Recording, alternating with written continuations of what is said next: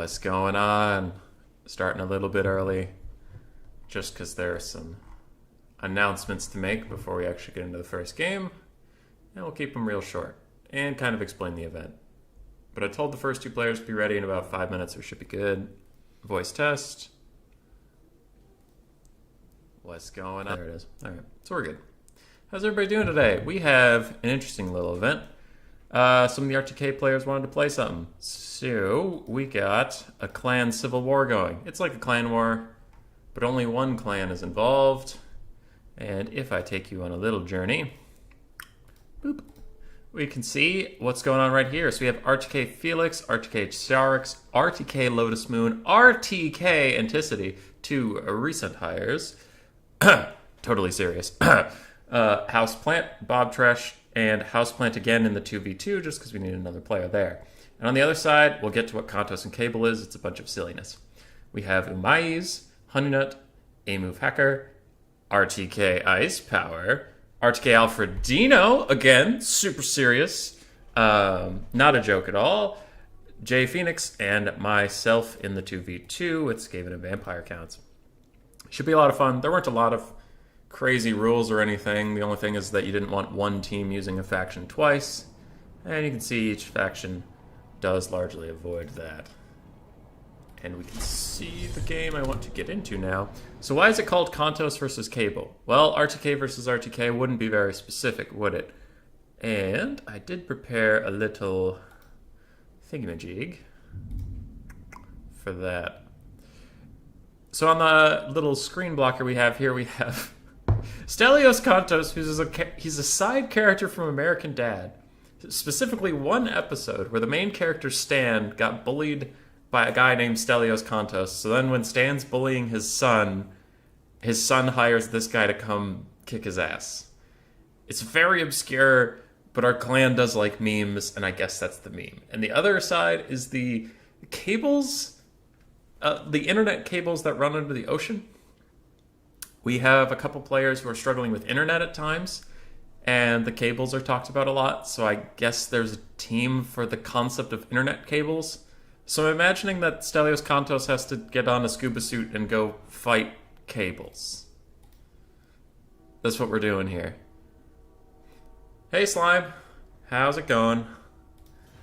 Alright, for the first game, as we saw with the Kantos vs. Cable thing, is Charix for Kantos and Honeynut for Cable. Honeynut will be on the Beastmen, Charix will be on the Wood Elves, and the map is the Swamp of Terror. And good, I have a screen blocker up. Otherwise, Honeynut's build would be showing. How's everybody doing? How is everybody doing? Slime, do you have Dungeons and Dragons today? Or Warhammer role-playing game or whatever? I just call it D&D. Or do you not get enough people? Honeynut's ready. Charix is getting his army together.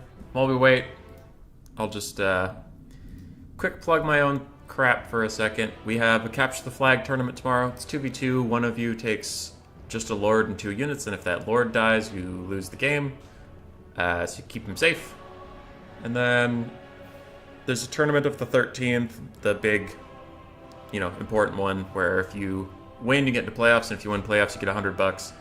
That is on Friday the 13th in a more European time zone. So that'll be interesting. Hey, both players are ready and we can get into the game. And then I can take the blocker down. The very strange, silly blocker.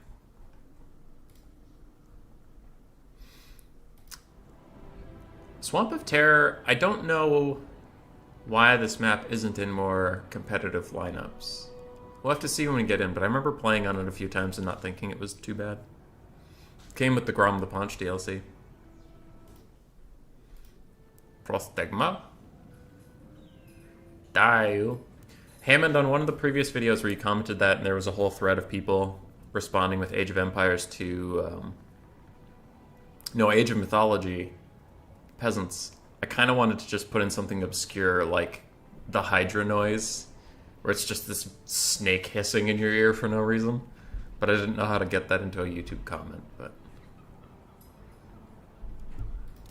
Alright. Honey Nut needs to ready up. We'll get going here. Good luck, Sarx, coming in the chat. Oh. Apparently somebody rooting for Team Contos. I'm on Team Cable, so that's, you know, not nice. What video? Dude, I swore it was you. Let's see. Everybody's replying to it. I think it was on how to make Queek a viable lord. And you commented first. I mean, prostegma? Alright, anyway. Focusing. Anticity, how does it feel to be RTK, dude? We are glad to have you. What was your old clan? OPL? OCG? Whatever, it doesn't matter. You're in a good clan now. Killing Smalls! Yeah, we have a cabler! Alright, I can take the blocker down now. I can take the blocker down. So for Honey Nut's army, oh, the whole map is purple. It even kind of changes your army to be purple. That's interesting. We have a Gorbel. Bray Shaman of Wilds. Is he on the Tuskor Chariot? He is on foot. And then we have Morgar the Shadowgave. And I imagine that Wilds caster has Traderkin. Stop moving.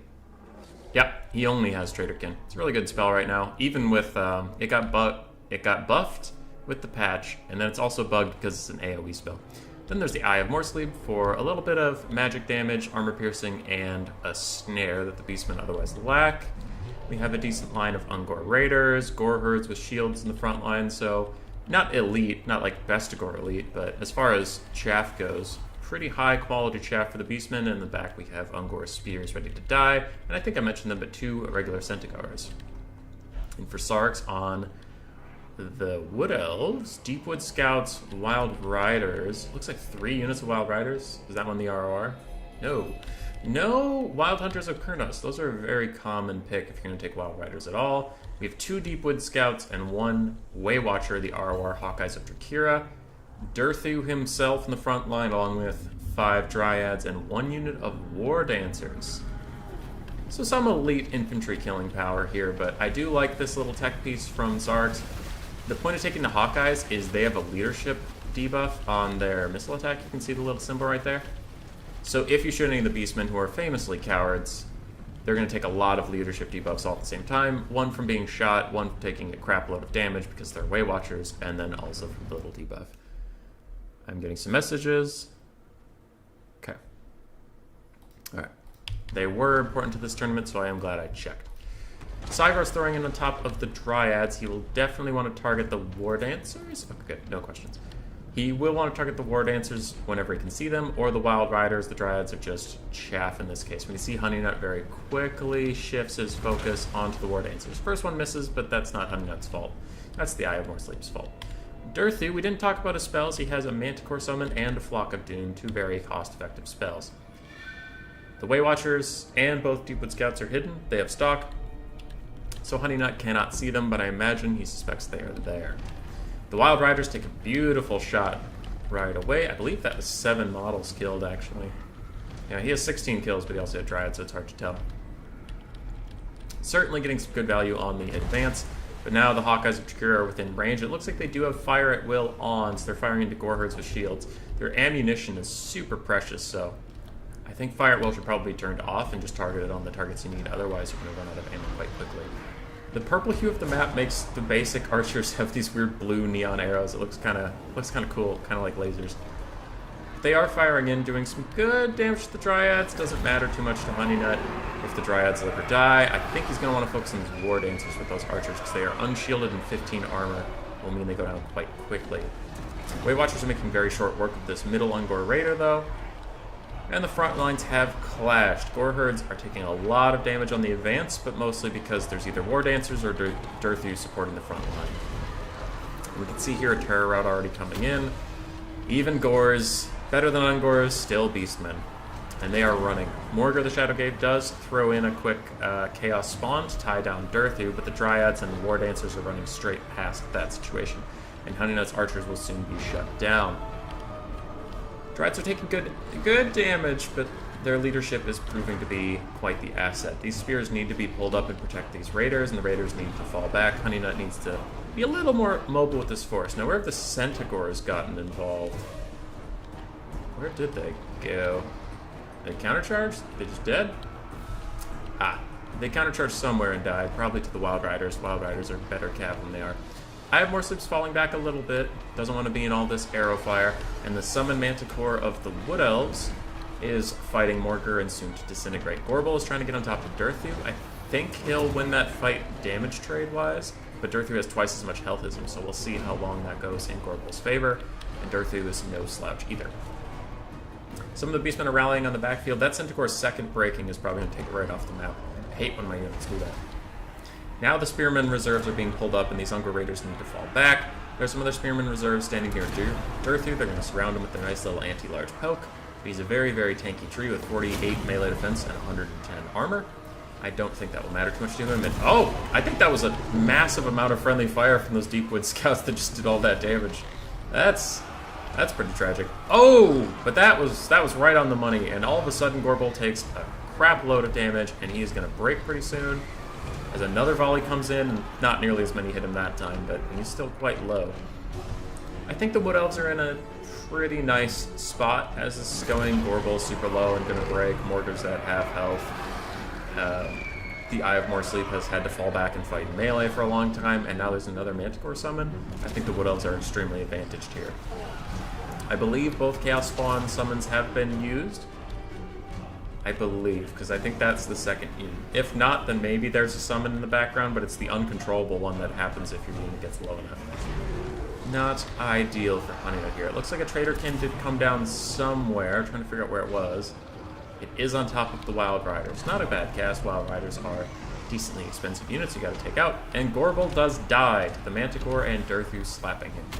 I have more Sleep takes a ton of damage from Way Watchers, and Honey Nut will concede.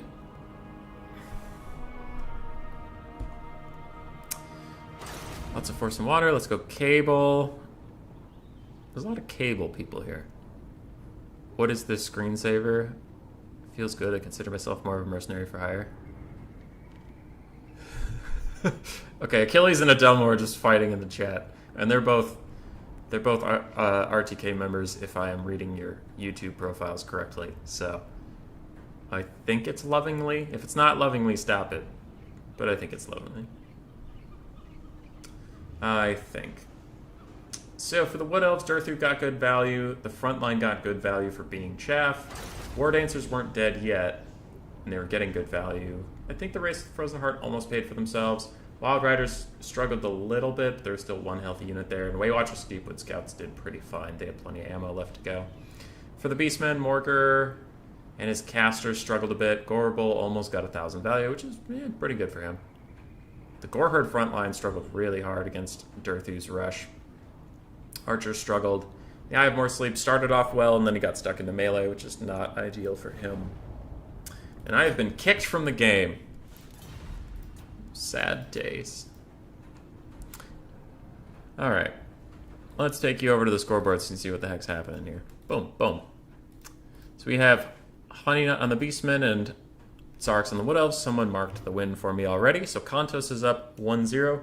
The first game here, we skipped it because it's already been played. I have it in a replay. So we'll either cast it at the end, or if somebody like crashes or something, we can just go cast that instead of waiting while they figure it out. So up next, we should have Lotus Moon on the High Elves versus A-Move Hacker on the Empire. And I wonder if there's an easy lobby for me to find here.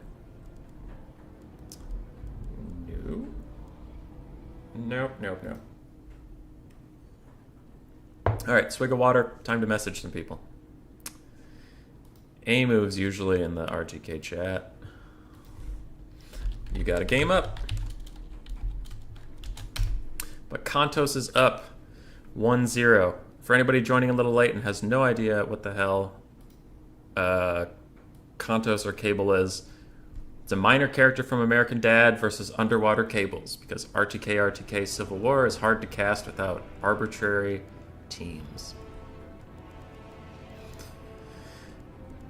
I have messaged A-Move. I'm going to see if they have a game up with Lotus yet. I think... There it is.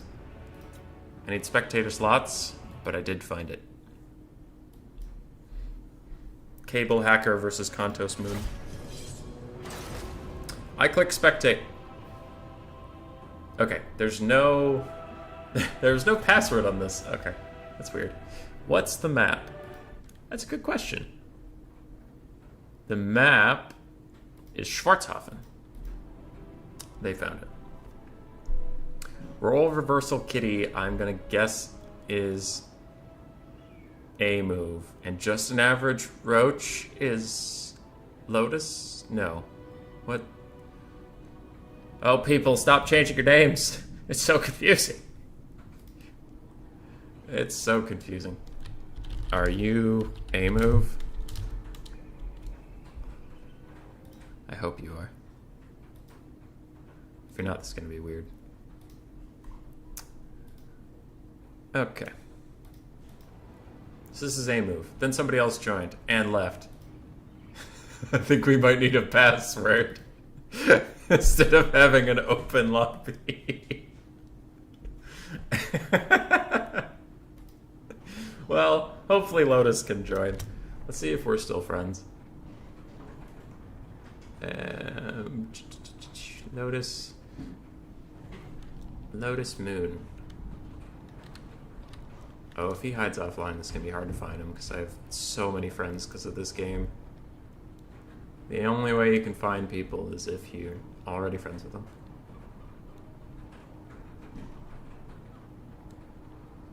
Alright. We'll figure that out. Create a password, yeah. Hey, Sark's in the chat. Good job on your first game, dude. Good job. For the future here, I saw Anticity in the chat, and I know Ice Power was playing in a different tournament today. I don't know if he's still doing that or anything, but Anticity and Ice, if you could get a lobby going before I show up, that'd probably be best. That way we don't have to figure out, you know, what lobby is it, how to get in here and stuff. We can just roll right into the next game. Probably be best. I will message. Ah, we have Lotus. All right, good. Lotus is here. Lotus is here, and I think I need a screen blocker because if I'm not the host, I can't opt to not see what a move is taking. The matchup should be Lotus Moon on High Elves versus A Move Hacker on Empire. And A Move is fighting for my team, the Cable guys. The Cablers? The Cable TV? I don't know what to call us, dude. The fiber optic ninjas. Just make an army 1 sec. Okay. Empire versus High Elves. I like this matchup. When I play Empire, I'm not saying it's favored for Empire. I just like it. I think it's very fun. I think it's even. Both armies have a lot of tools. I've been having a lot of fun recently with double Hellblaster Volley Gun and Volkmar the Grim, obviously, and then a Netcaster. I did it as a joke on Rubber Duck of War's stream.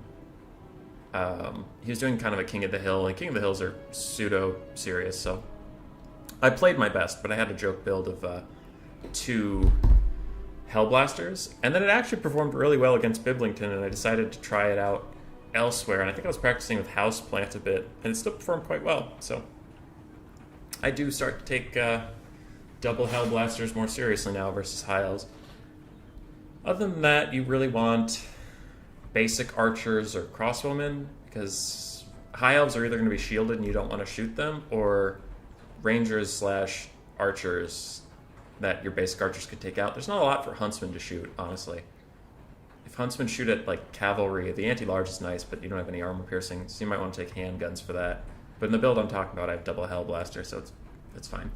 It's 2 Hellblasters, 2 or 3 archers, or crossbowmen, and otherwise this front line of swordsmen and spearmen perform quite well. Because Empire infantry almost never beat High Elf infantry. It's not worth spending your money on great swords or anything.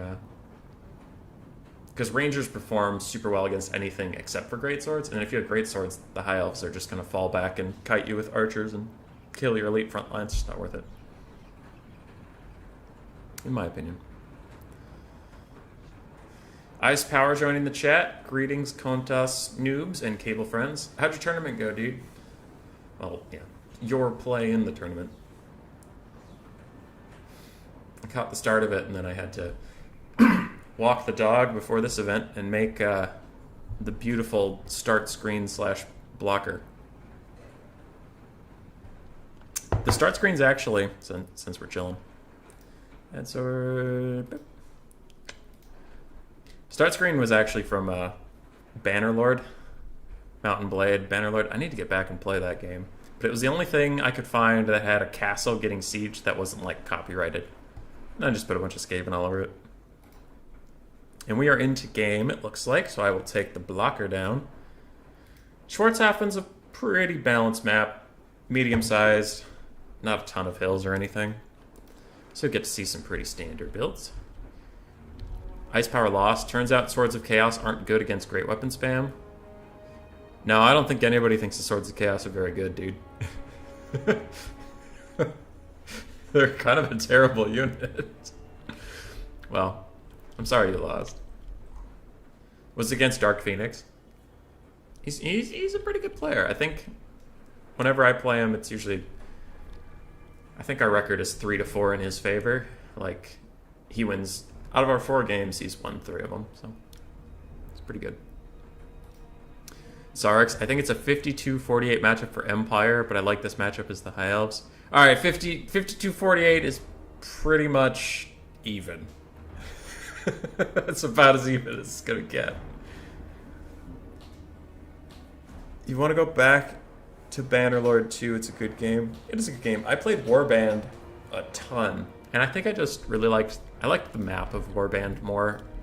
Bannerlord is interesting. I mostly just hated that my king kept enforcing really dumb laws and then playing wars really poorly, and it just kind of felt like I was the soul of the nation. I think I played for Vlandia, if that's in the second game. I just know it's the far left country that values like Breton. They're just Bretonia. I was playing Bretonia. Okay, focus, Austin, focus. We have Spearman and Swordsman frontline for the Empire. Is there the ROR Swordsman? Yeah, they're right here. Sigmar Sons. Don't leave home without them. And Great Swords for a move. 1 unit Great Swords is pretty good, because then if you're getting Archer Kited or something, you can pull them back. We have the Silver Bullets handgunners. They do a little bit of magic damage and armor piercing, but they're also stocked until you get close to them. A General of the Empire on foot with Hold the Line. That's the +5 melee defense, +4 melee, leadership aura. 2 war wagons with mortars. 3 Empire Knights, or are you Blazing Suns? Reichsguard. 3 Reichsguard. Got it. 4? Nope, 3. Just 3 being moved around a lot. And do you have a wizard, my dude? A move has a Jade Wizard with Regrowth and Earthblood, and a Death Wizard with Aspect of the Dread Knight and Spirit Leech. Sark's right about the odds. Tiny Empire Edge. So Ice Power agrees with Sark's. Lotus Moon. Let's see if he memes as hard. We have a Swordmaster of Hoeth, Dragon Princes both in the trees, so they're hidden from the initial volleys. Handmaiden of the Everqueen, an Archmage of Fire on an Eagle, a different Mage of Life on the ground, Spearman, White Lion, mixed front line, another Dragon Prince way off in the open, and 4 basic archers. 4 basic archers. Alright. A little bit of a handshake to meme this game, it would appear. Ooh, 1 of the Iron Reaver Archer. I don't think that these guys are going to have a great time. They aren't very effective against mortar wagons. Everything on the front line shielded, and if they get too close, they're going to get shot by handguns. So I think Lotus will struggle to find value for them. Other than that, it's a handshake to me. Slime asks, have you ever thought of uploading Bannerlord or Warband? Oh, like streaming that content?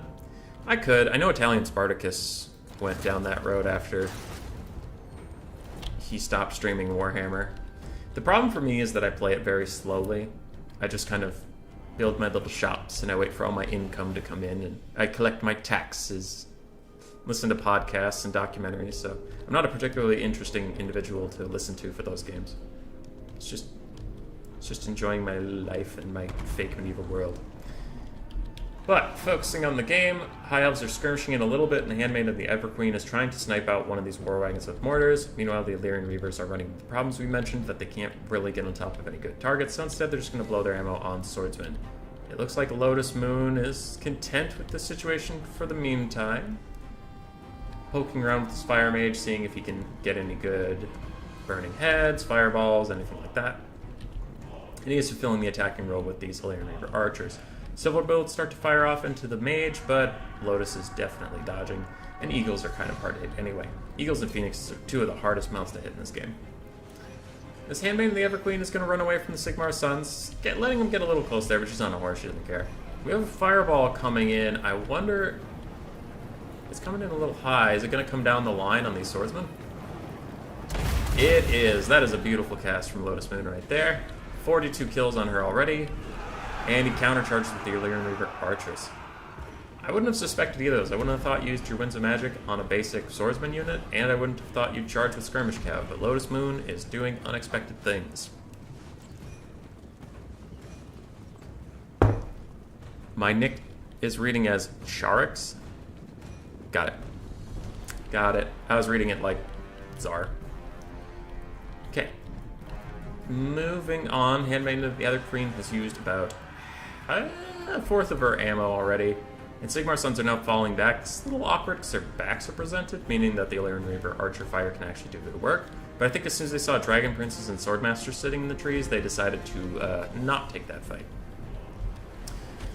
So what is going on here for A-Move? A-Move is slowly pushing up, but mostly just letting his mortars do the harassing. Dragon Princes come in and just butcher that very wounded swordsman unit, and they're already going to break, and then they'll pull up, getting free value and leaving. Good for them, good for them. Illyrian Reaver archers are about out of ammo. Well, I shouldn't say about, sorry. Halfway, but they're taking damage, and I doubt they've got even 100 value yet. An upgraded Spirit Leech coming in onto these Dragon Princes. I doubt that's the first one, considering how much damage they've taken. It's probably been at least 2. So I think the High Elves are largely losing this initial skirmish phase, but it looks like the Empire is pushing in, and now actually those White Lions will murder anything that comes near them, maybe even Greatswords. I might favor White Lions over Greatswords, because they have martial prowess, that very often forgotten about High Elf passive ability, or for the first few seconds of combat. That's, let's just zoom in and look. Yeah, disabled if hit points are less than 50%. They get 2 melee attack and 12 melee defense. With that, I would take the White Lions over Greatswords. So for a little bit here, they're still going to have that buff. But the General of the Empire is jumping in, and he's buffing up his own troops as well. I wouldn't be surprised if the Archmage of Fire threw a Burning Head down here to take care of the Greatswords. But it looks like the White Lions are actually performing quite admirably. Swordmasters are fighting against Sigmar Sons. That's not going very well at all for the boys of Sigmar. And the Reiksguard are going to pile in. These are no Empire Knights. They have well, they say they have anti-infantry, but they don't. Burning Head, we mentioned, did come down. Anyway, Reiksguard. Do they have armor piercing? They don't have armor piercing. Why? Why don't they have armor piercing? What good are you? Okay, I'm disappointed in the Reiksguard already. They're trying to fight Swordmasters of Hoeth, but they actually just push through them and run away. Silver Bullets have been compromised by these Illyrian Reaver Archers of Lotus Moon. He snuck them through the front line and got back onto the valuable unit. And without the Silver Bullets, I do think A-Move will struggle with stopping power. I don't think the 3 Reiksguard are going to carry it for him. And the Greatswords are already dead. Silver Bullets are compromised. It's all on the Reiksguard now. Reiksguard are pushing into the backfield with Dragon Princes. Someone's typing something, and it's a GG. A-Move throwing out the GG. After the suboptimal performance of Reiksguard, I think he knew that they weren't going to be able to carry this. Mortar Wagons also didn't really perform. They were shooting a bunch. They just, whatever they hit didn't really take damage, it felt like. And Lotus was keeping his archers out of range, and those were the only prime targets for the mortars, I suppose. Empire State troops, their values don't really matter because the front lines barely clashed before the game ended.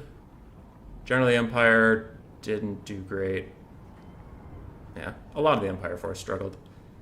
Major Fire did fine. Handmaiden of the Everqueen did great.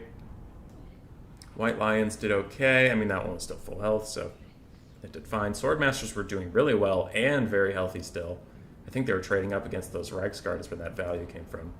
And Dragon Princes, one of them was getting Spirit Leech to death, the other one was fine. And the Reaver Archer's got on top of the Silver Bullets. So good value there from Lotus Moon, and A move has departed. I believe Ice Power and Anticity have set up the next game for us, so we can get rolling much quicker than the transition game 1 to game 2. And that'll be good. I just see ice. I'm assuming that means Ice Power, because no one else could possibly have any name pertaining to ice. I'll check the score in a second. I'm just going to get in here and let them know I'm ready. Howdy, lads. Let's do this. Okay, we can see Anticity's build for just a hot second, but I will go to the left screen. And we should be seeing the Kantos versus Cables now.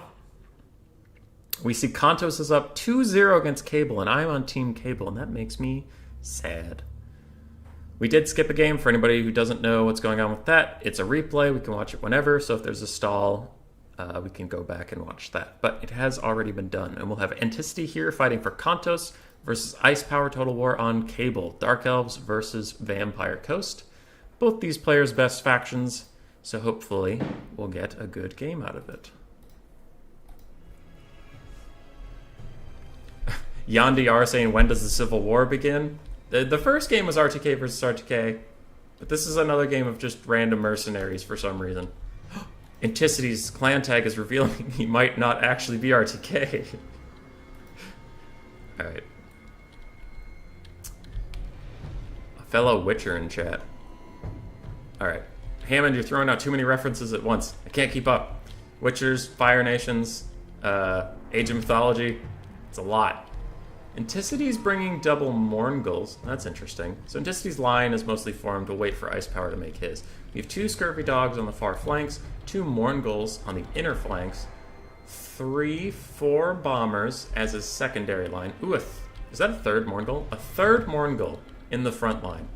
Zombie Pirate Deckhand mobs. In the back we have pole arms. On the front we have double Gunnery Wight, both on foot. Much harder for the Dark Shards to hit them when they're not on their big crabs. And Count Noctilus on foot with Invocation of the Heck and his summons. Pretty standard stuff. Both the Gunnery Wights have reload, and both the Gunnery Wights have Scab's Grave. I don't know if both Gunnery Wights need reload. Oh wait, you can't take that one off. Okay. I was going to say you could save money on it when he doesn't have cannons or guns or anything. But he can't. We have Dark Riders with shields. Okay. It's just saying good luck, have fun. In the back for Ice Power, we have 2 Dark Riders with shields, 2 without. We have a Supreme Sorceress of Fire up on Dark Pegasus. Or is that a Manticore? Dark Pegasus. She has Fireball, Flaming Sword of Rune, and Burning Head. We have 2 Reaper Bolt Throwers. Yep, just 2. In the back here, we have Witch Elves, not the ROR. 3 Dread Spears on the third line. On the front line, we have Bleak Swords, and in the middle, we have Dark Shards with shields. Pretty decent at trading with handgun mobs if they were there. There's a 4th Bleak Sword I missed, and 2 Canate Assassins, 1 with the Dragon Egg, and the other with the Dragon Egg, but this one has an Assassin's Trophy, and the Black Dragon Egg is their weird little version of Scab's Grave. So Ice not taking Marathi. In this matchup, I think that that's okay. Marathi is quite good in every matchup, but a Fire Sorceress is almost critical versus Vampire Coast or Tomb Kings. Vampire counts not as much. They're a little more prolific with healing and summons and shit. Real Human Being is singing the Witcher song in chat. And Hammond saying, oh, all Polish people are Witchers. Okay, alright. I'm catching up now, but slow down on the memes. Having a hard time. So, as the Vampire Coast have barely any ranged units, they do have to advance, as we can see, and Ice Power is just going to let him, getting his poke in while he can with the spread shot of the Bolt Throwers. I'm wondering who he's shooting at right now with them. I know the Elven Bolt Throwers can struggle to get value on their spread shot. I think now that he sees the Mourngulls, going into single fire mode and trying to take out models would be pretty good there. Overcasted Fireball coming in from the Mage of Fire. Is it going to hit a Gunnery Wight? It does. It might have just been regular cast, considering how little damage it did. Kind of surprised it's not overcast. You kind of want to abuse them early. They have pretty low health pools on foot. Canadian Assassins moving up to poke a little bit, and Ice is just harassing the advance. Dark Elves do have a frontline advantage as far as infantry go, but with all the monstrous infantry of Mourngulls running around, and bombers, I don't think Ice is going to want the frontline fight for as long as he can avoid it. This Canadian Assassin is taking a lot of work from the double gunnery white right now. Doesn't need to start dodging as there's no healing for him to fall back on. I don't know how I feel about these Mourngulls. I really don't know. There's not a lot of elite infantry for them to kill. They will massacre these bleak swords, but they'll also take a lot of damage in the trade. The reason you don't see them very much is they're quite squishy little things. Dark Shards are not going to shoot the Mourngulls, though. They're going to focus instead on the bomber mobs. And a second summon coming from Noctilus, one from a spell, one from his Moon Dial, is blocking up 2 of the Dark Shards. That's about half of the High Elf ranged damage already shut down for a little bit. That's a good play by Anticity. An Ambitious Burning Head coming in, almost killing 1 unit of bombers, but just missing another polearm. Unfortunate there for Ice Power, but you can see over here the Mourngulls that are getting shot are getting murdered. And they're currently fighting in a giant pile of Spearmen. Noctis is going to cast his Wraith Storm on that 3rd unit of Dark Shards and try to do a little bit of damage to them. It won't do a crazy amount. I think most of their models are going to survive that. Witch Elves do need to advance now, and it looks like Anticity is crushing through the Dark Elf frontline very effectively. Kind of surprised the Dark Riders haven't been a little more aggressive. There are 2 still in the backfield, but they're not contesting any backfield units. The dogs over here are largely fine, and Mourngulls are running all over Dark Shards. Dread Spears are moving up now to counter the Mourngulls, but it looks like they're a little late to the party. The Vampire Coast are pushing through the front line quite effectively. They have a lot of largely healthy units left. Another Fireball comes into both the Gunnery Whites. That has been doing very well so far. With Invocation of the Heck coming in, that means that they have suffered even more damage than we can see. But a double Scab Wraith comes in and takes out a lot of the Witch Elves. They're very lightly armored and super susceptible to that sort of thing. And the Reaper Call Bolt Throwers are already going to be compromised. There are bombs hitting them right now, but most things are out of their effective range. Anything within that they can't really shoot at. And there's a kind of a weird hill angle for them right now. I was wrong, that was not the Black Dragon Egg, it was the Web of Shadows, the mini Soul Stealer that the Assassins do have. And it looks like Count Noctilus will be able to push them off, but the Gunnery Whites will be left to the mercies of Scream Sorcerers of Fire. Ice Power is winning the Hero and Lord fight pretty heavily, I would say. Count Noctilus is taking a lot of damage chasing these Assassins around. There's one Gunnery White already healing cap in sight and crumbling a little bit. But the infantry game is going entirely to the Vampire Coast. Dark Elves are dying everywhere, collapsing entirely. And the light cav Dark Riders isn't really able to bring the stopping power needed to fully crush Mourngulls. 1 unit of Mourngulls is almost gone. If others are gone, we wouldn't be able to see them, so I'm going to have to guesstimate. Over here, there's 1 full health unit left, and I think the one that we used to see on this side appears to be missing entirely, so I guess those Dark Shards killed it. With 1 healthy unit of Mourngulls left, I don't know if Anticity can kill all the heroes that Ice Power has.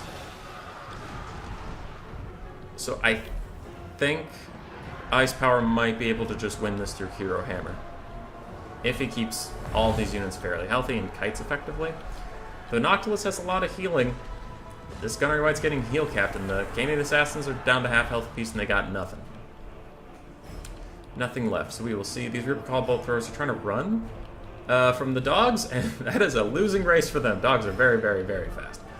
A rampage went down over here from the Witch Elves before they broke off, meaning the Dark Shards can try to get some shots in on these units before they can be retargeted. But the Mourngulls are going to come over and quickly shut down that Dark Shard unit. And Ice Power, while the Mourngulls are distracted, is trying to win as much of the infantry fight as possible, take out these Gunnery Whites, take out Noctilus, and try to win that way.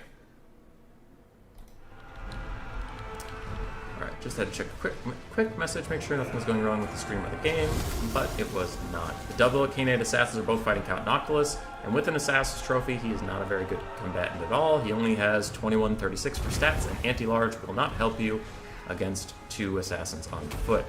Another Scab Wraith comes in on top of the Dark Riders, doesn't do the most damage to them. Cavalry models don't take a lot from that sort of thing, but it does do some, and that Gunnery White is going to vanish.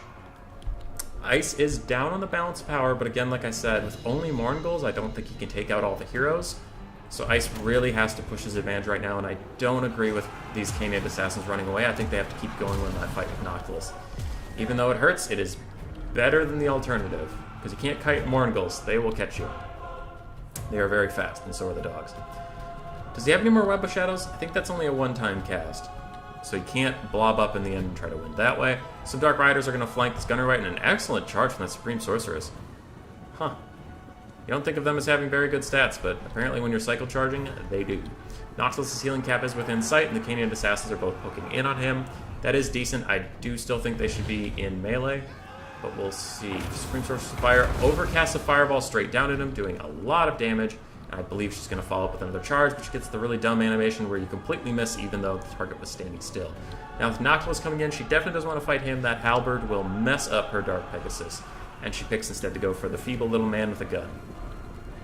Not a phrase you get to say a lot, but yes, that man with a gun is not very dangerous. In melee. What is going on for the Dark Elves outside of the blob? There's one unit of Dark Riders that could rally if the dogs let it go, otherwise there's some Haggard Dread Spears and nothing else. So Ice is relying on everything you see on this screen here. Most of it dead except for his heroes. It looks like the Supreme Sorceress gets another nice charge in on the Gunnery Wight, who is also heal capped, but does not finish him off and has to pull out as her Dread Spears are soon to break. Mourngulls have charged in, and now they're taking a lot of damage from these Canaan Assassins, but a Scab Wraith is going to try to take out the Dark Riders in between them and those Assassins. If they don't rampage in any form, I'm sure Anticity will just force path them onto those Assassins. Needs to take them out. They're kind of the last thing keeping Ice in this game. Balance power is heavily against Ice, but I do think this is quite close. Scurvy Dogs will struggle against a Burning Head if there are any left, and the Canaan Assassins can largely handle everything besides the Mourngulls, who are now crumbling away and very low. Supreme Sorceress tries to charge in. She gets a great hit on the Gunnery Wight, but she takes 2 hits from Noctilus for her effort, and Ice Power will withdraw from the game at that point. And, yep, sorry. Distraction in the hallway. Doesn't require my attention. So let's check out the values. Mourngulls did okay. Okay, 2 of them died horribly, but 1 of them did okay. I don't know if any of them paid for themselves. I think Mourngulls are 1,000? 1,200, somewhere in that area. So this one maybe possibly paid for itself. The other 2 lost value. Dogs did well. Bombers did well. Frontline did okay. Gunnery Wights, 1 did great, 1 did okay, and Noctilus did fine. Supreme Sorceress of Fire and her Assassins did most of the work for the Dark Elf Force, all of them getting really good value for their cost. But after that, I imagine we'll see a lot of very small numbers. Witch Elves struggled. 2 of the Dark Shards were shut down very, very quickly. Dark Riders did okay, and Reaper Claw, both hers did okay. I guess he did get a lot of value because Noctilus healed so much. And healing doesn't give him any value, but it does give the Dark Elves a chance to get the value back again. Okay. Good, good. Ice Power saying he needs to give up on this matchup. It does seem to be a tough one, but maybe just don't play it against Anticity. He does do very well in the Pirates. Friendly fire on the Fireball? I must have missed that. Let's see, who is next? So if I bring you all over on the left screen, boop, boop, boop. We'll have Anticity taking it on Vampire Coast, and it is 3-0 to the Kontos. Where does that leave us?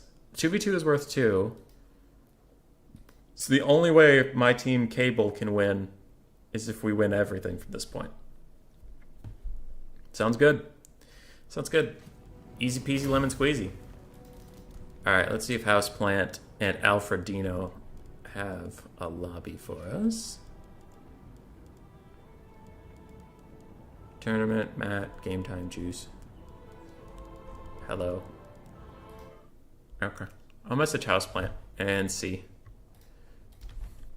You got a lobby?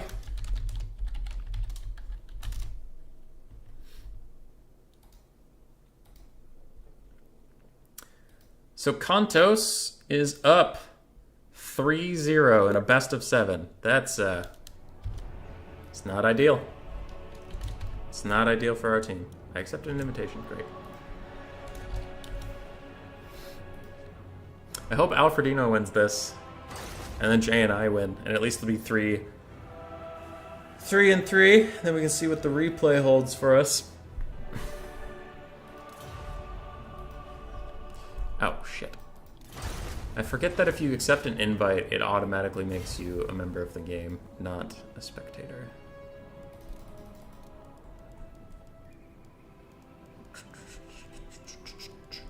Jeez, houseplant for self-tune. There it is.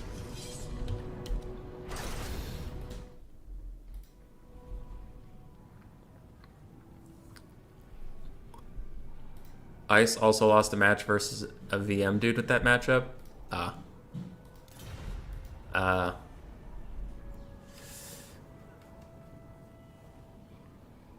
And we are lucky today. Yeah, real human being. Chat's popping. You got Anticity, you got Ice Power.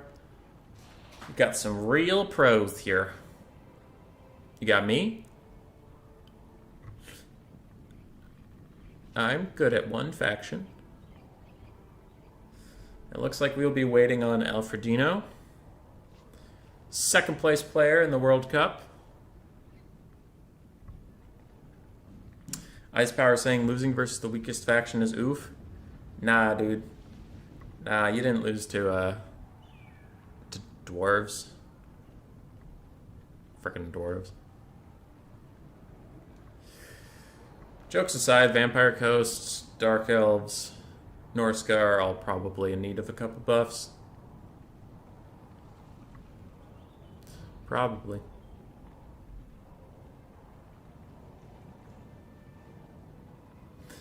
Anybody out there thinking of joining a clan? You don't know which one yet? I know AIMA has been recruiting a ton of people recently. They've been growing like gangbusters. Friend of the channel, TN, has been trying to recruit everybody I know. That's kind of nice to see a clan growing.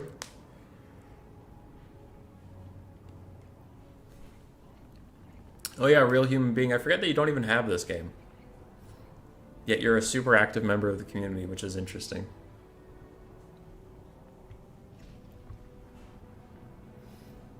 Hammond, you the best Tretch player? Yeah.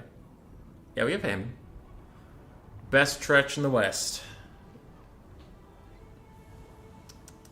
I'll give this about 20 more seconds. If Alfredino's not here, we'll go watch the replay. Just to not keep you all in the lobby for too long.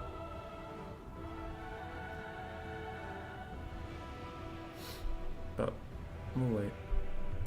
I don't know why Houseplant's name is RTK and Lewis, and I'm kind of scared to ask.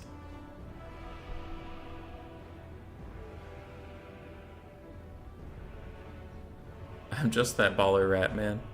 Real human being and I are confused for each other quite frequently. It is true. Okay. I'll be back. Watch that replay.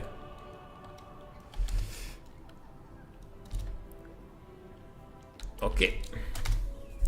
Ice Power. But you do have the game. You're streaming right now. We're different people.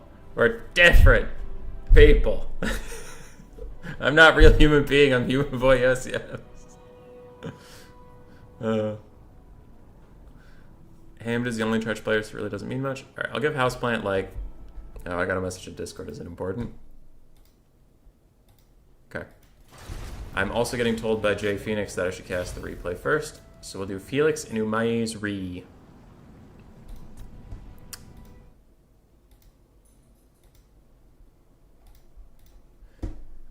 What's the score at this point? Okay, so Felix is on Kontos, and Kontos is up 3-0, and Umai's is on Cable, and I'm on Cable. So I want Umai's to win, and also if Felix wins this one, it is 4-0 and a best of 7. So rip consequences. Okay, okay, cool. Oh no, it's a replay, it won't show me who's who. Spreadsheet don't show me who's who. Okay, Felix is on Chaos, so everybody in chat, root for the High Elves. Shouldn't be that hard. High Elves are pretty great. We have Chaos Marauders, and Chaos Marauders with great weapons all across the front line. I'm going to hit the slow down button. And then on the edge, we have Horse Masters and Chaos Warhounds with poison. Flip the screen around. On the other flank, we have almost the same thing, but doubled. It looks like 2 more Horse Masters, 2 more Chaos Warhounds, 1 with poison, 1 without. And that's kind of a weak infantry corps for Chaos, but they do have the Mirror Guard backing them up. So it looks like Chaos is investing a lot more in its mobile game than its frontline, also width over quality. Exalted Heroes Two of them both have the Mark of Corn. What does that do again? Stop it. I don't really care about Archaon. Mark of Corn. It's disabled if their leadership is lower than 50%, but otherwise it's a bunch of buffs. Very nice. And then we have Archaon with Flame Storm, Cascading Fire Cloak, Fireball, and then Stand Your Ground and Slayer of Kings. For the High Elves, we have Tyrion, Heir of Anarion, Wielder of Sunfang, Slayer of Dragons and Men alike. I'm unbiased. I think both these lords are equally cool, but this one is Tyrion, Heir of Anarion, Prince of the High Elves, Savior of Oathwan. I like both sides equally. Alright. White Lion, Frontline, pretty effective against Chaos Warriors. Unfortunately, there are Marauders. I mean, they'll still beat Marauders, but not as cost effectively as they beat Warriors, and they'll be a little overrun. We have 1 unit of Rangers in the back. We have 3 Sisters of Avalorn from Umayya's, 2 Silver Helms, and a Mage of Metal with Final Trans and Plague of Rust. Okay, I can hit normal play now. Obviously, the Elves are going to have the range advantage because Chaos, they don't really do that ranged crap, but Chaos has a massive advantage in the mobile game, and they have more infantry. Less elite, but more infantry that can spread out. Chaos is a pretty standard rush situation here. Stop the Sisters from firing as quickly as possible, and profit. Don't do that, and you will die. Archaon's trying to fight Tyrion, and Tyrion's running into a 3v1, then running away. As is smart, as is noble, as is wise, my lord, my liege. I'm not biased. I don't know how many times I have to say that. I'm not biased. This Mage of Metal is soon to be discovered, and it looks like these Chaos Warhounds, if they notice him, will try to get on top of him. No, he's going to get on top of them. All right, this Mage of Metal's going in. I don't know if that's the best decision, but he is going for it. And Marauder Horsemasters are running into melee, just trying to stop the Sisters of Avalorn, deciding that their skirmish capabilities aren't worth it as much as just killing some Sisters off. Frontline fight, as we mentioned before, the High Elves are technically winning, but they're outnumbered 2-1, so you need to do better than winning a 1v1. And these White Lions are in no shape to do anything but that. They're all quite injured. And these Marauders with great weapons are hating their life against the Rangers, however. The Rangers are low armored, better stats than the White Lions in some aspects. Now Tyrion's trying to chase down Archaon. It looks like an Exalted Hero is trying to stop him. And the Mirror Guard have pushed largely through the front line, and the Sisters are compromised on every side. And it looks like Umayya's is trying to push out into this big open zone. But there are a couple dogs waiting for him over there, too. The backfield is getting cleared out a little bit by these Silver Helms, but the front line's going so poorly they do have to bounce up here and leave the back line open. The final trans is coming in on top of Chaos, and it hits the Exalted Hero and Archaon. It doesn't hit this other Exalted Hero despite the bug, which was quite good for Felix. And Felix's forces are looking a little rough around the edges here. This pocket of Chaos is still largely doing well, but the front and the left have been cleared out by the High Elves, and Sisters are even charging into melee combat with Horsemasters. They don't care. They have White Lions. They have other Sisters backing them up, and they'll be okay. A Flamestorm coming down from Archie takes out a bunch of White Lions, though, and frees up some of these Chaos Marauders to get on top of those Sisters. Are Sisters good in combat? Oh, 3850. Not bad. Not bad. Super low weapon strength, but they should be able to fight Marauders decently well. Archaon and the double Exalted Hero have been fighting Tyrion. It's actually trading about even, considering. And now they're trying to fight these Sisters of Avalorn, which they will do well, and Tyrion's pulling away. So far, Tyrion's been managed very well. A lot of cycle charging, a lot of nice stuff there. And I think the High Elves have been off to a decent early lead. Yeah, they're doing okay. A little ahead on the balance of power. Sisters are still relatively healthy. And Chaos is going to have to pull out some magic to win this, but magic that might be Tyrion getting flanked by an Exalted Hero and fighting Archaon face to face. Certainly not going to go well for the world's favorite best boy. He'll pull out, and he's going back in. He's got to save the Sisters of Avalorn. His heroic might will not let him leave them to die. And he's going to fight Archaon, the Ever-Chosen, the literal ender of worlds in the canon. That's not going entirely great for him, especially with the 2 other Exalted Heroes there. Now, Umayya's has 1 sister unit out free and clear. The other 2 have been actually massacred, it looks like, by Archaon. The Exalted's over here, and on this side, some dogs and the Mirror Guard. The Mage of Metal gets immediately gooned as soon as Archaon and those heroes get on top of her. That was a 1-2-3 hit, and she is dead. What do the Hives have left? They have some Silver Helms, they have some White Lions, Rangers, Tyrion. Otherwise, that's about it. Ooh, and another Flamestorm coming in. Depending on the angle it takes, and it takes a great angle, it's going to do a lot of damage and really limit the High Elves in this game. You can see the bounce power took a massive swing after that Mage of Metal died, and the Archers got shut down. All of a sudden, it's Chaos favored, and I do agree. Very quickly, we came down to it's Tyrion versus the world as far as carry potential goes. Dogs are going to be on top of those Sisters of Avalorn. They're getting chewed apart very quickly, and a Silver Helm rear charge will break off the dogs, but I think the damage has been done to those Sisters. Even if they don't break, they only have 17 models, the other has 22, and that's just not a lot of killing threat on the Chaos line. They will do some damage, but a full health unit obviously will do a lot more. Archaon and the Double Exalted Heroes are still trying to get on top of Tyrion. I don't think he's popped Heart of Avalorn yet. And that will heal him pretty much to full. The only problem with it that a lot of High Elf players will tell you is that if it pops too late, he will live, but he will break, and then he's effectively dead as far as you need him. The Silver Helms are charging into some Chaos Marauders, but they're getting rear charged by Archaon, the Exalted Hero. They are not going to enjoy that and immediately run out. And again, Tyrion's just in and out, in and out, in and out. It feels like he has perfect vigor, but he doesn't. He does not, but he is a motoring lad. Never stopping, never resting, for Oathwan needs him! Some Chaos Reinforcements are coming back on the side, and Silver Helms are charging them straight on from all the Milk and Cookies videos. You can tell that this will probably do some damage to the Silver Helms. Great weapon units certainly charge cost effectively against Cav currently. Casts it off to a large lead. I wonder if Heart of Avalorn pops. I want to see what that does to the balance bar. But Archaon was caught lagging a little bit there, and he didn't move towards Tyrion. Tyrion got a free charge on him and did some good damage. There's a lot of blinking banners around here, a lot of low leadership units. I wonder if Chaos can even hang in there. They don't have the best leadership. They have the best leadership with the Chaos factions, but that's not saying a whole lot when you compare yourself to Norska and Beastman. This half-health Exalted Hero unit probably has to come in and bail out Archaon, but it looks like the Wounded One will do it instead. A little risky. If Tyrion hits him like once, he's probably dead. Here we go. Now the healthier boy is going to rout off Tyrion a little bit.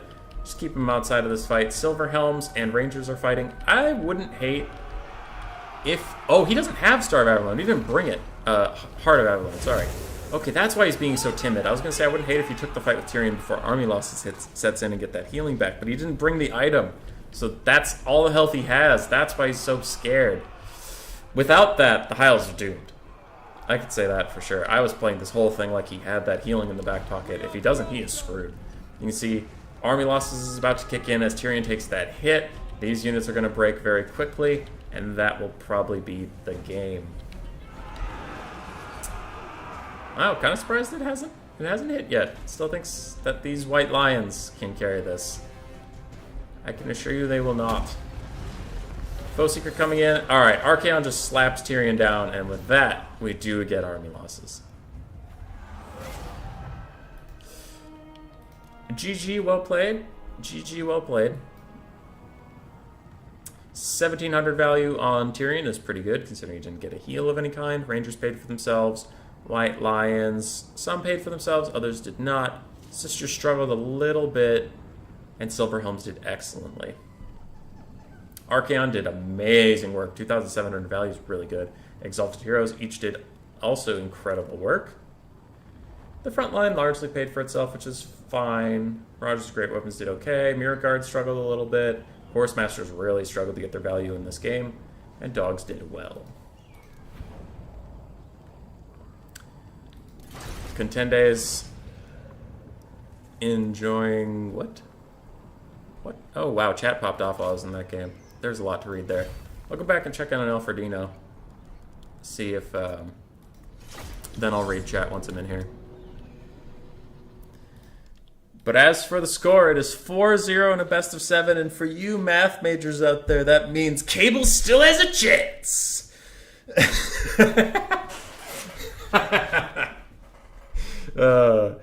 We don't. That's the joke. Okay. Those contesters stole the Civil War. Ice Power, I asked which people they wanted to play in which map. Their melee matchups. Jay trusted Bob to set up fair matchups, and clearly Bob Tresh failed us all. Lizardman extraordinaire and dirty cheater. Ice Power saying, yes, I clearly said I would play against the best coast player in the world on a big flat map in a bad matchup. Never trust a man called Bob. Aside from that, Neckbet joined the chat and got pushed away by a real human being bullying him. And he's also questioning why you wouldn't bring that item. Yeah. I do love the Heart of Avalorn. I love that thing. It's healing so good. And it's like, I think it's guaranteed? I don't know. It almost always goes off. Ice is taking the wheel because your mercenaries AFK. Alright, looks like Alfredino is not coming. He took RTK's gold and he ran, abandoned us in our time of need. And I believe if I read your message correctly, we will have Ice Power coming in for the Cablers to get his vengeance on us all. What was the matchup? What was Alfredino going to play? Alfredino was going to play Greenskins versus Houseplant's Empire. Okay.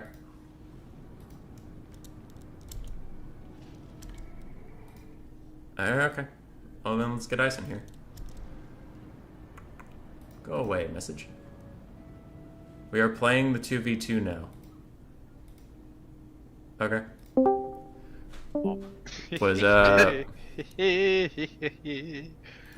I'm confused as to what's going on. I'm doing the 2v2, you boy. Okay. Hi, Jay. Okay, glorious. Alfredino's like missing in action. Alright, you're on stream right now. Uh, Like, because I have to be able to talk to you, but I'm also streaming, so. What's the fucking password? If it's Houseplant, it's probably 1. I'm trying, but it's not. Oh no. It was 1, 2, 3. Yeah, it's 1, 2, 3. Ah, okay, I got it.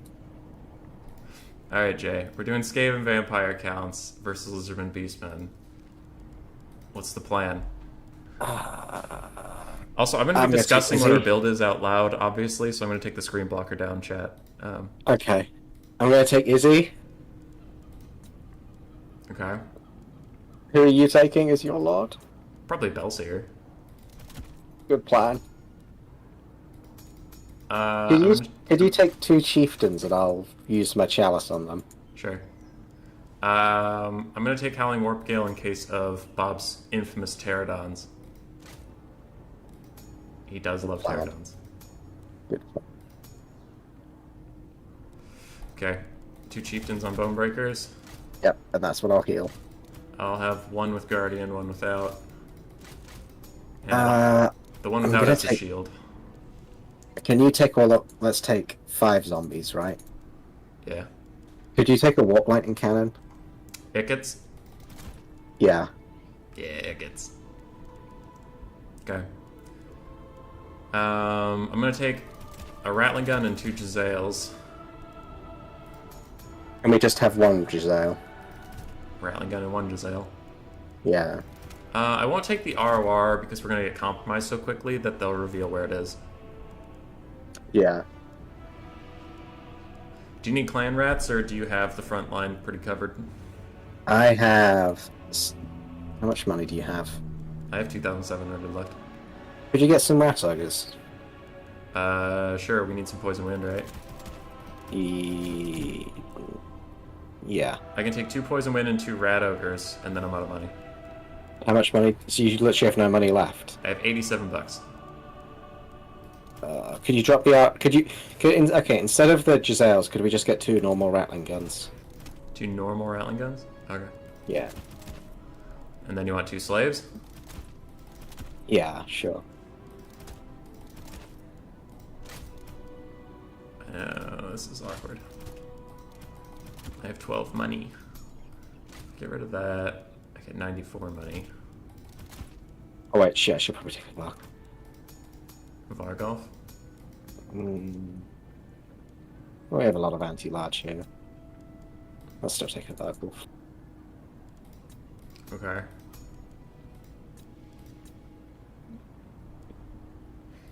If all of my front line is 8 infantry units, I don't know I can protect 2 Rattling guns. I might drop 1 and get a bunch of slaves. Can you get a bunch of slaves and I'll bring skeleton spears? Yeah. Okay, so we have 1 Rattling gun, it gets zap to fight large monsters. Otherwise, the double chieftain's gonna have to pull their weight. It'll be double chieftain with a Vargulf. Yeah, they'll be fine. Oh, I need 6 gold. If they bring chariots, I'm gonna shoot them with a gaze for Nagash.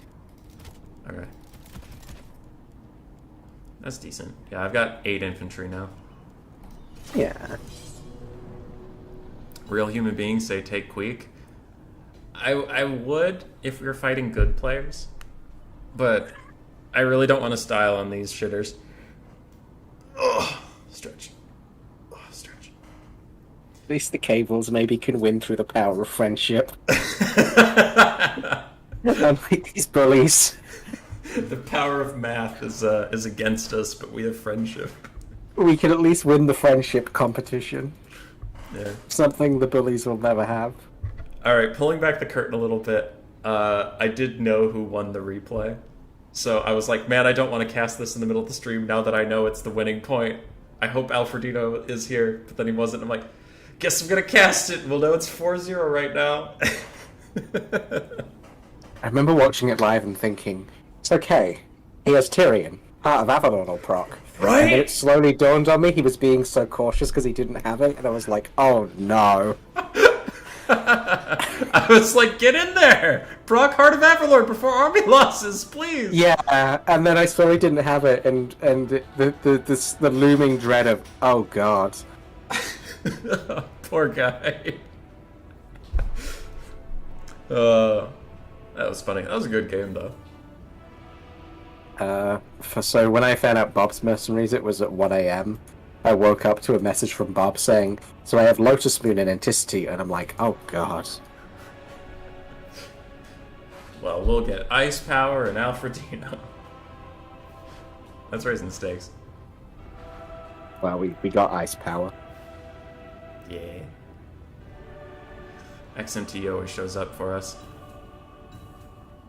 They do. When are we just going to absorb them and get it over with? They only have like 2 players. They have Ice Power and Way. They have Taco. No. No. Taco plays. No. More than he used to. Pugnabone doesn't exist. Falcon doesn't exist. Falcon doesn't exist. It's just Ice and Way. That's it. Actually, dude, real talk for a second. My channel's been flooding with XMT guys. Are they recruiting or are they just all coming back? Is it like Return of the Jedi, Return of the XMTs? Yeah. To improve the meta. They've been popping. Because like the last 2 semifinals of my tournaments have been XMT on one side of it. Oh, my chat's taking me seriously. Oh no. They think I'm actually just flaming the shit out of a clan that makes up half of my fan base. Oh no. Dude, I am not like one of these Falcon skeptics. I do think he exists. Yeah. No. For anybody who's not getting the joke, I am joking. What you said last night in the private chat. Well, last night private chat was a wild time. It's a wild time. Well, we thought we could beat these contosses. I am ready. We were bold and young. All right. Can we move back actually so I can gaze of Nagash spam? Yeah. Okay. All. Oh, thank God! Oh, okay. For a second, I thought I forgot the chalice. Oh, okay. Yeah. I have it. I have it. Don't worry, it's here. Okay. Everybody off skirmish mode? Good.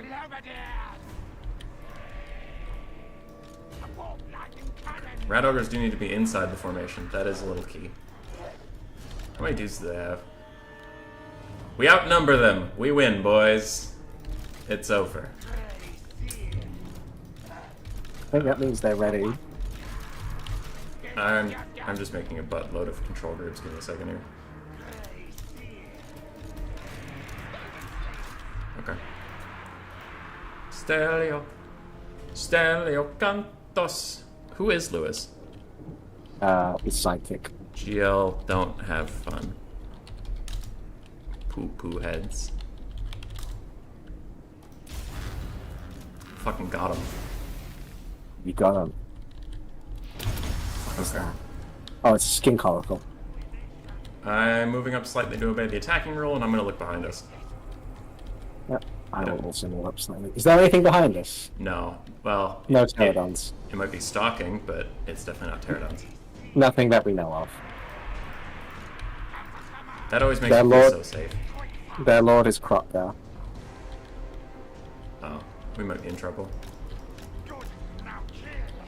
I'm gonna try and hit him with the gaze from the gash. Okay, Skink Oracle's in range of Ickets. He's trying to hit you with the Hand of the Gods. Dodge! It's okay. I'll just heal it. Oh yeah, your chalice doesn't have a set number of charges, Nope, does it? I can do it forever. Okay. Can you start shooting Crocodile?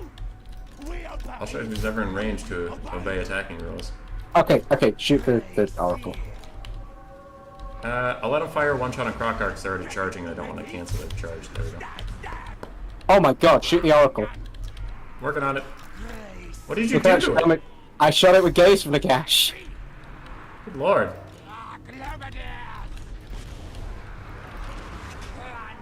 Kill him. Kill him. Icket's having a hard time hitting, but it's doing its best. I'll shoot it with another gaze from the gash at some point. Okay. I will move Rattling Gunners back. I'm just trying to poke since we're chilling. There's a bunch of Ungol Raiders, which I'm probably going to start going around the flanks to try and get. Okay. Nice hit. Yeah, Ickets is chilling. You want a dreaded 13th on those archers, or save it? Yes, definitely on those archers. That would be awesome. Here we go. Alright, I'm gonna start shooting Croxagors. I'm going to summon on the archers too, Okay. and send bats on them, and I'm going to get ready to countercharge the Cav. Okay.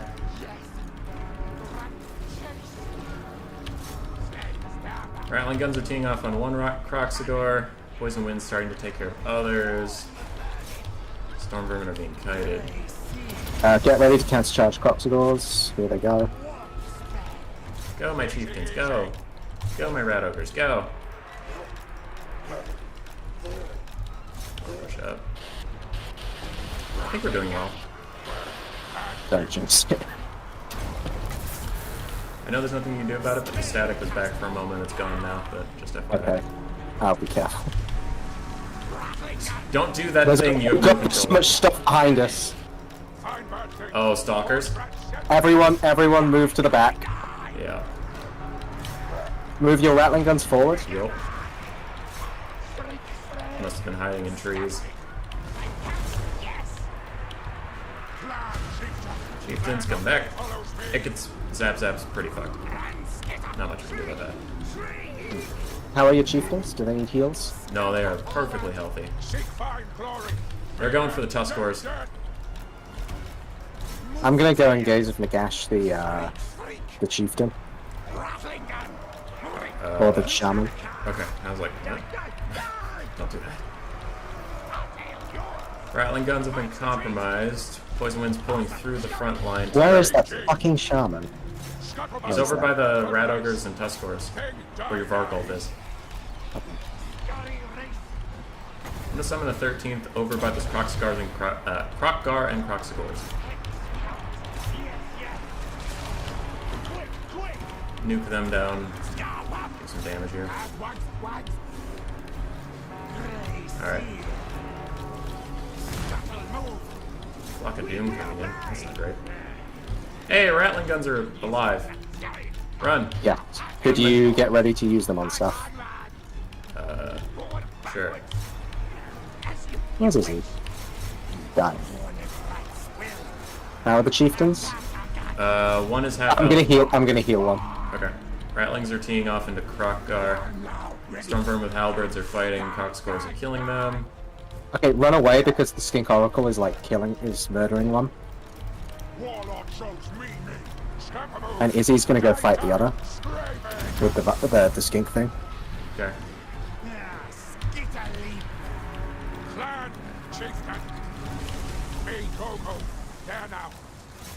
Rockgar's having a bad time.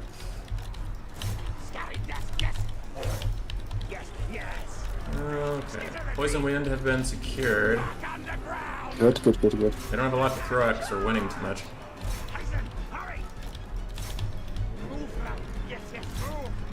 Break dogs, break. Good.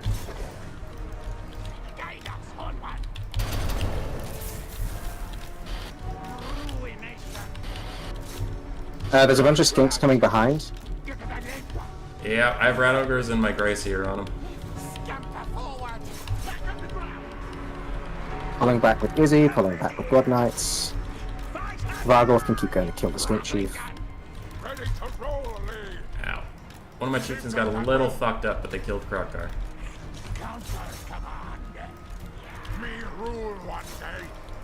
Let him escape.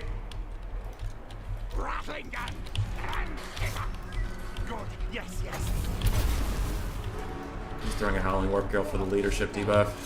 That's a good idea. I'm gonna heal Izzy next with the Chalice, like, just to get her back to full, so she can continue to hunt things down. Ratlings are okay. Bob forgot about a skink unit for a bit. That's nice for me. Cut him off. Take off Izzy, go. What? Okay, can you send a bunch of stuff to go help Izzy where she is, because she's gonna get fucking wrecked. She's gonna die. I don't know where Izzy is, actually. She's near your warp Yep. You're stuff. back in the... Okay, I'm back in the sky, but still, like... Oh my god! Hand of the Gods. No, just a skink chief bullet. Okay.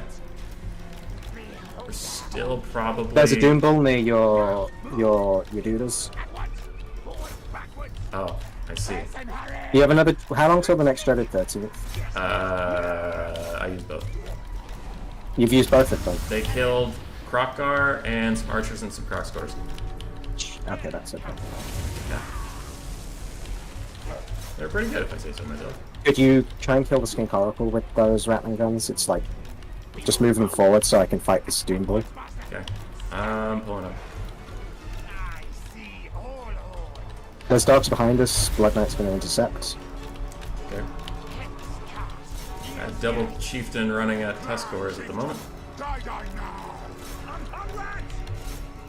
And that be vibing.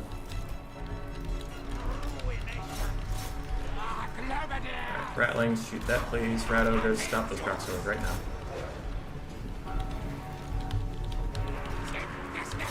Army losses. Huzzah! Cable strikes back! Chariots!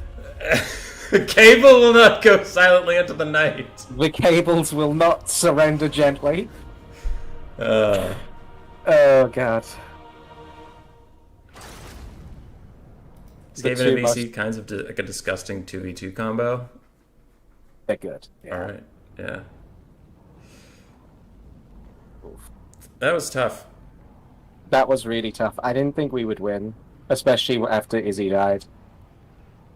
Oh, I thought we'd win after... before Izzy died, I thought we reached critical mass, because just too much of their stuff was dead. That's true. I was kind of worried about chariots, but Jays did well.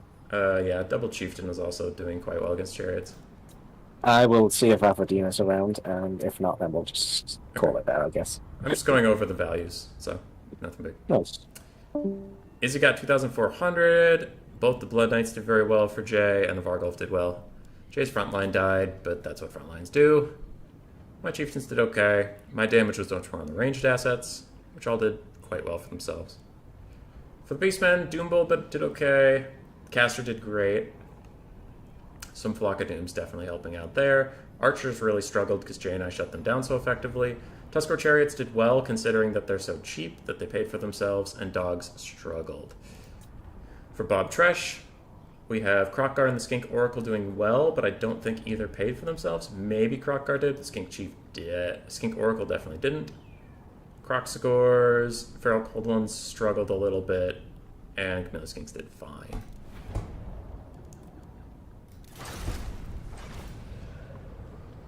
Deadly Bunnies, y'all still playing card games in VC? Okay, so we have one game left. It is Houseplant, also known as RTK Lewis, versus Alfredino or Ice Power, or Alfredino or Ice Power, or Alfredino. But the score is currently 2-4 in a best of 7. Everything's on the line in this final game, if you don't look that hard at it. But yeah, the Contos has already won. We're just fighting for pride. And I'm going to leave this voice chat, just in case anybody feels like joining me and ruining the stream. And we're back. Back at it again. Back at it again. What do I have to say at this moment to fill the empty void? Hello. Bob Trash popping in the chat. GG indeed. GG indeed, buddy. It's fun. And we will await Alfredino. Is Houseplant in that thing? Hold on. Can't play. Any status on Alfred? Oh, is stream over? Nope, still gone. Okay. Ice, do you want to jump in and play it for cables I can do it remaining if on you it? would like me to. Maybe I can redeem myself after that embarrassing defeat. Well, it's Houseplant. It's going to be tough. What is it? Greenskins vs Empire? I can Yes. I can figure this out. All right. We're proud of you, Ice. Let's do it. Let's do it. Ice is coming. In case you all didn't just hear that. Wait. Okay, I never asked the chat. I disabled Discord's auto mute when you're on stream, so you should have been able to hear Jay, but I didn't ask. Did you hear Jay, or did you just hear me screaming into the void that whole time? Hammond, you watch Suicide Squad? I heard it was good. I heard the new Suicide Squad was really good. I heard that people that hated the first one liked this one a lot.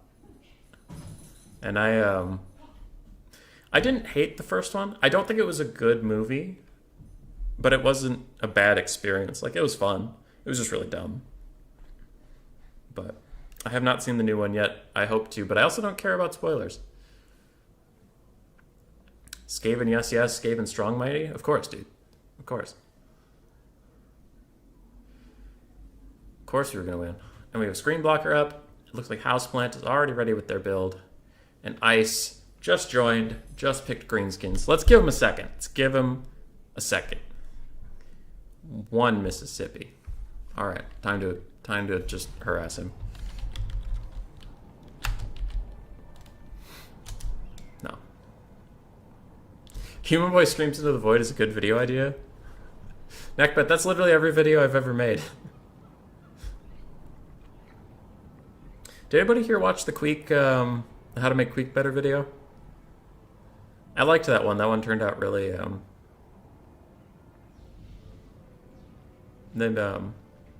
sorry, I got distracted by Hammond. I thought I liked that video. It was a reasonable take where it wasn't like, oh, hey, we have to do this, this, and this to make Queek viable. It's like, actually, he's kind of close. His math just sucks. And that was really like, it's a little bit of RNG when Zarthoriel's going to punt him around, but thankfully when I hit record, he punted Queek like 3 or 4 times in a row, and I'm like, this is the problem. It's not his stats, it's that he spends most of the game on his ass. And Hammond, you meant Skaven make an appearance in the video? Oh yeah, there's like some girl that like summons rats, doesn't she? She could mind control them or something? I don't know. DC is so weird. DC versus Marvel is weird because Marvel, everything's canon and they feel super careful. And DC, it's like, we made this movie, it's gonna be badass. What? You hated it? Let's remake it. And this time we mean it. Forget the other one. That one's not canon. But then we made a movie based on that one that's not canon anymore. So this movie is an independent film, but you need plot points from the movie that we canceled. please love us. But it's like, no, you guys fucking suck at this. Marvel's doing it just so much better. So I hope with the new Suicide Squad being good, they can actually turn this shit around. Because I don't mind, you know, I don't really care about Marvel versus DC. I like superhero movies and I just want good movies. Neckbet saying I should literally get Void Lulls in a voice chat and scream at him. Oh yeah, like Void Lulls would love that. Everybody would love that. All right, for the last game, it's 4-2. But if Ice Power can win this one for Team Cable, at least it'll be a close fight. Maybe we can be redeemed. Maybe. DC have recasted and rebooted like 10 times already? Yeah, and that's why it's annoying to try to follow their universe. You just can't keep track of what's going on, where and what counts and what doesn't count. It's too many do-overs. You get like 1, maybe 2, but I think they've honestly done 3 or 4. That's just too many. Okay, for Ice Power, which to cast first? They're both going to move around a lot on my here. Ice Power has some Goblin Wolf Riders and Spider Riders to skirmish, one of which is the Morgrim's Mangy Marauders for the armor-piercing values. Otherwise, it's going to be 2 and 2, Spider and Wolf. Wolf Riders are cheaper and they have more models, so I think they do slightly more damage, but Spider Riders have poison. 2 Orc Armor Boys in the back, just for some normal DACA. 2 Orc Boar Chariots, along with Grom the Paunch, an Orc Shaman with Brain Bursta and Ed Butt, and a Goblin Big Boss with Day Needs Stabbin'. On the front line, we will have 2 units of Savage Orc Biggins on the flanks, along with Goblin Orc Boar Boy. Wait, not Boar Boy. Orc Boy Goblin mixed front line, with the middle being the 8-peak loons, the Arwar Knight Goblins who are unbreakable and have that spinning loon tech. For the Empire of Houseplant, we have a Spearman Swordsman front line with the Sigmar's Sons unbreakable right in the front there. We have, I think I saw 2 Knights of the Blazing Sun, 1 Empire Knight, and 4 Outriders, all of which are the musket variant. None of them have grenade launchers. We have Bright Wizard, Burning Head, and Fireball, and Volkmar the Grim. I'm Hammond saying you're a Marvel fanboy, but you also want DC to be good? Yeah. Looks like I have to root against Ice Power here. Orc Boar Chariots, does the bug work with them too? Yes, the bug works with them, just not nearly as well as it does for the Tuskors. I think Ice Power is going to get kited, and I know he loves getting kited.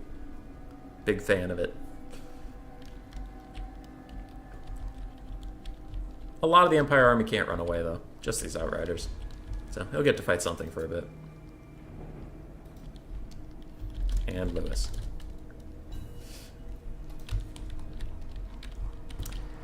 Oh, my clan is a bunch of memers. I love them, but I love them. It's hard to tell what's going on sometimes. You're out of voice chat for like a week. You come back and all of a sudden everything's about cables and a guy named Stelio Contos. Outriders are going to take this skirmish against the Forest Goblin Spider Riders. I think this is going to be cost effective for the Greenskins. Because they'll take a little bit of damage, they'll deal a little bit of damage, but the Outriders are more expensive. But it looks like that Houseplant can dodge that first volley okay, and then a second volley and a third volley come in, and then it starts to be a little more Empire favored. On the other flank, roughly similar things, just a little more spread out of damage. The Empire getting out okay on the first trades. Now the infantry fight, when and if it happens, is definitely going to go to the Greenskins. 100%. Not questioning that at all. These Empire swordsmen are all going to die horribly.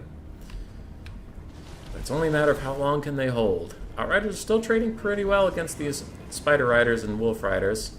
Houseplant doing a very good job of just pulling forward, shooting, and running right when the response is going to come in. But then Ice Power has enough of that shit and Brain Burstas a lot of them Outriders, getting them down to about half health already. Not a lot of models killed, but health damage is health damage. And it'll make each of those arrows more likely to kill now that the individual units have less health. Swordsmen are all pulling away, and Volkmar the Grimm's going to run up and do kiting things, but this might be a little overambitious. Orc Boar Chariots can stack on top of each other. That's the bug we're all talking about. Look at them all stacking on each other.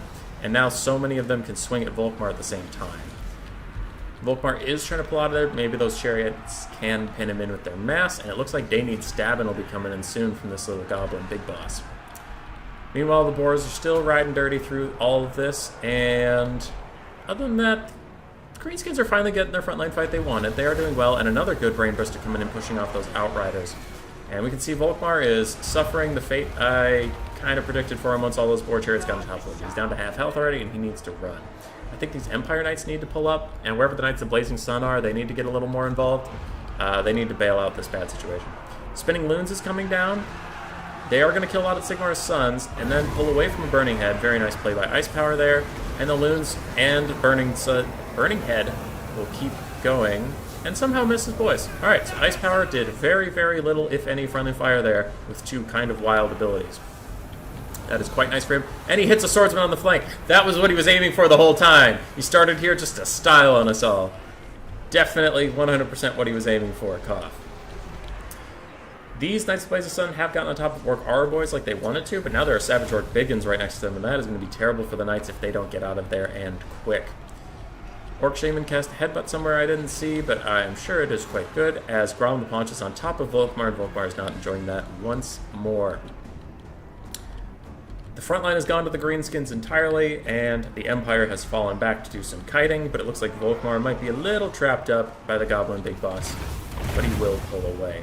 Bright Wizard tries to get a Fireball on top of Grom the Paunch, and if it hit, it didn't do a lot of damage, but I think it maybe hit some Empire Knights between the two. Knights of Blazing Sun in the back are getting chopped up by these Savage Orc Biggins like we talked about, and they are also very low, and the Greenskins are ahead on the balance of power, and I agree, in the state of the game that is also true. And if Volkmar goes down here, that is definitely going to be it. Grom wants to get over there and help out, but he's currently surrounded by Spearmen. Another Burning Head coming down over here to take out some Orc Aura Boys, but not going to curve up into those Orc Boys.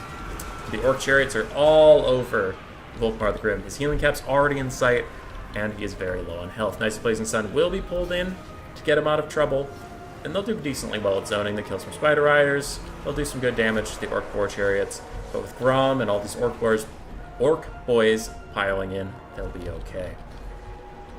I think it's only a matter of time now.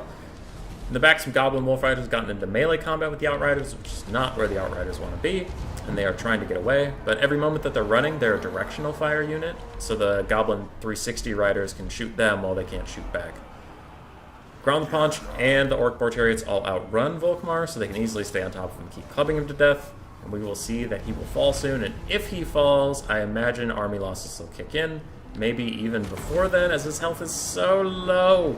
And the balance of power bar is going away. Yep, he dies. Army losses, just as we predicted. And that is it. So the Cablers, in the end, have 3 wins versus the Kantos' 4. Not bad. Not bad, considering what we started off with. And well played to Ice Power. Volkmar the Grim got 1,200 value. Bright Wizard struggled a little bit to get his money back. Frontline all died horribly to Greenskins. One nice Blazing Sun unit got good value, the other one did not. Outriders really struggled to pay for themselves. Grom did great. Shaman got less value than I would have thought for all those really good Brain Busters. Goblin Big Boss did excellently considering his price point. And the frontline for the Greenskins largely did well. So did the Savage Orcs. One of them died. Well, I guess he was still full health, so he's fine. That was probably the one trying to chase the Knights of the Blazing Sun around. Orc Boar Chariots, one got 400, one got 800. Also would have thought they would have got more considering what they did all game. But, ooh, Morgan's Mangy Marauders got 900 value. Very, very nice stuff from both players, and we are done. Ice Power Total Law. GG, well played. And Kantos' win. And I lose, because I am a big dumb poo-poo head. And it's all my fault. It's all my fault. Do I have anything else to say? Anything else to think about? Nope. Nope, I think that's it. I think that's it for the stream. If you're watching and you haven't already, find a buddy. Sign up for Capture the Flag. It's tomorrow. Who's in it? Let's see. Let's see. Let's take the stream on a little bit of a ride. Left screen. Due to the donation of damn it, I think it's Quantum. I don't want to forget the name. Quaden. Due to the donation of Quaden, the prize pool has been upgraded to $50 whole. They donated about 80. I'll spread that out between this prize pool and the next. That should be a lot of fun. This is a 2v2 event. One player takes just a Lord and 2 Kingsguard. If that Lord dies, the whole team loses.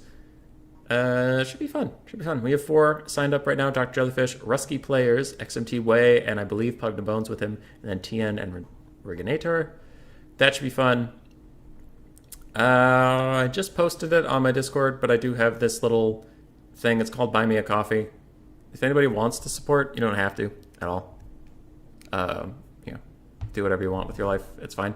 But if you do want to support things, you can donate money to this, and it goes to a PayPal account that's exclusively for tournament payouts, so it won't go to me at all. I'll just use it to pay players. It'll increase the prize pool to our events, but I'm not going to pretend that it's like, oh, if you don't support, we won't have events. No. All events, I can pay for stuff, but it just increases the prize pool for people. Anyway, that's what I got. Thanks to the RTK lads for playing. Thanks for to our mercenaries for playing too. It was a fun day. I think if my son HW's tournament's still going, he might be streaming if you want to catch some more Total War action today. I think he's over on Twitch, my son _HW. I think that's his tag. Other than that, you guys take it easy. I'm going to go take a nap.